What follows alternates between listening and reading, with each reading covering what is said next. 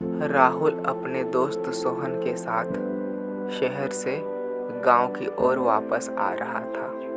गांव से लगभग 5 किलोमीटर दूर एक जगह पर वे लोग उतरे।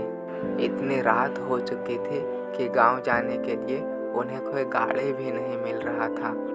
काफ़ी देर इंतज़ार करने के बाद वे लोग फैसला किए कि पैदल ही घर जाएंगे और फिर वे लोग पैदल ही घर की ओर जाने लगे। वे लोग चलते चलते गांव के काफ़ी करीब पहुंच गए, लेकिन उन्हें अपना गांव पहुंचने के लिए एक घने जंगल को पार करना पड़ता था।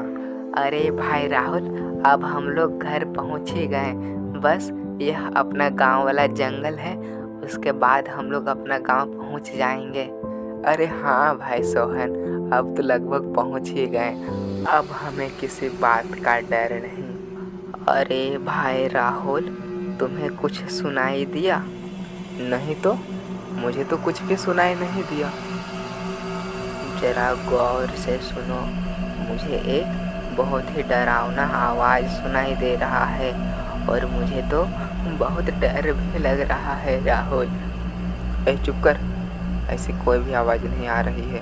तुम बेवजह ही डर रहे हो। मुझे तो लगता है कि कोई हमारा पीछा कर रहा है। और चुप कर, बुड़बक नहीं तो। इतनी घनी जंगल में इतना सुनसान है, कौन हमारे पीछा करेगा? वो देखो राहुल, कोई है वहाँ। अरे वहाँ तो कोई भी नहीं है।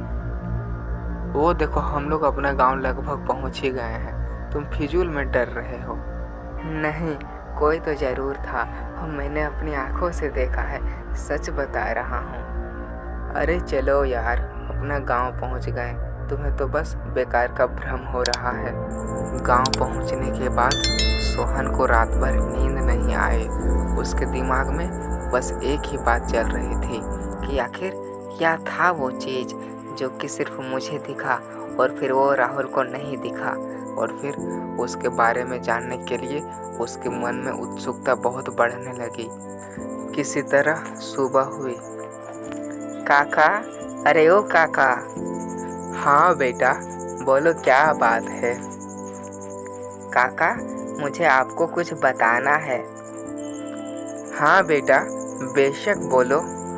पता है काका, रात को जब मैं गांव की ओर आ रहा था तभी मुझे गांव के पास वाले जंगल में अजीबोगरीब आवाज़ का आभास हुआ और फिर वहाँ मुझे एक अजीब सा चेहरा नज़र आया।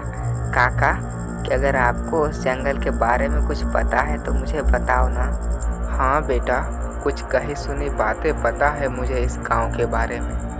क्या बात है काका, मुझे बताओ ना। आज से लगभग 60 साल पुरानी बात है।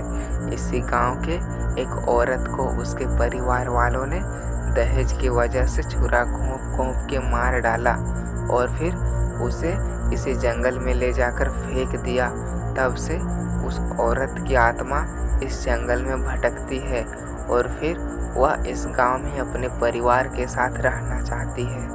अच्छा तो चाचा, वह औरत सिर्फ मुझे दिखी और फिर उसे वह राहुल को नहीं दिखी, ऐसा क्यों?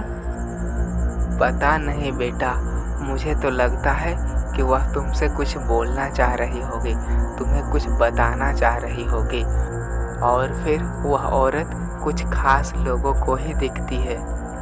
ठीक है तो चाचा, मैं आज रात को फिर उस जंगल में जाऊंगा और फिर मैं देखूंगा कि आखिर वह मुझसे क्या बोलना चाहती है। हाँ बेटा, बेशक जाओ। तुम बहुत ही भाग्यशाली हो जो कि तुम्हें वह औरत दिखी है। और पता है, वह आज तक इस गांव वालों में से किसी को भी कोई हानि नहीं पहुंचाई है।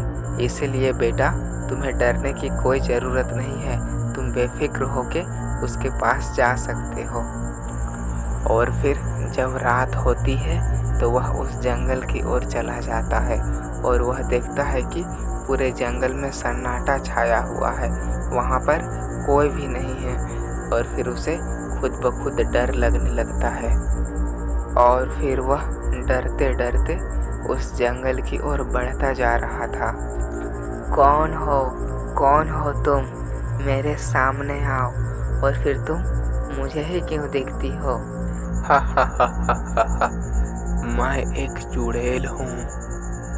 हाँ तो तू मुझे ही क्यों दिखी और फिर तू राहुल को क्यों नहीं दिखी? मुझे बताओ। तुम मेरे परिवार के ही कोई सदस्य हो, इसीलिए मैं तुम्हें दिखी। हाँ तो तुम मुझसे क्या चाहती हो? मैं तो बस अपने परिवार के साथ एक दिन और जीना चाहती थी, लेकिन कुछ दुष्ट लोगों ने मुझे एक दिन जीने नहीं दिया। अच्छा तो मैं तुम्हारा इसमें कैसे मदद कर सकता हूँ?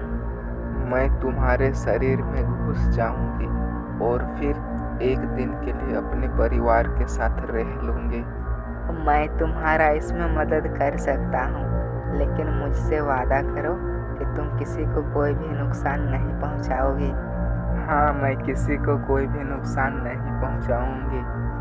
और इस प्रकार सोहन ने उस चुड़ैल की आखिरी इच्छा पूरी की और फिर वह चुड़ैल हमेशा हमेशा के लिए उस गांव और उस जंगल को छोड़कर चली गई।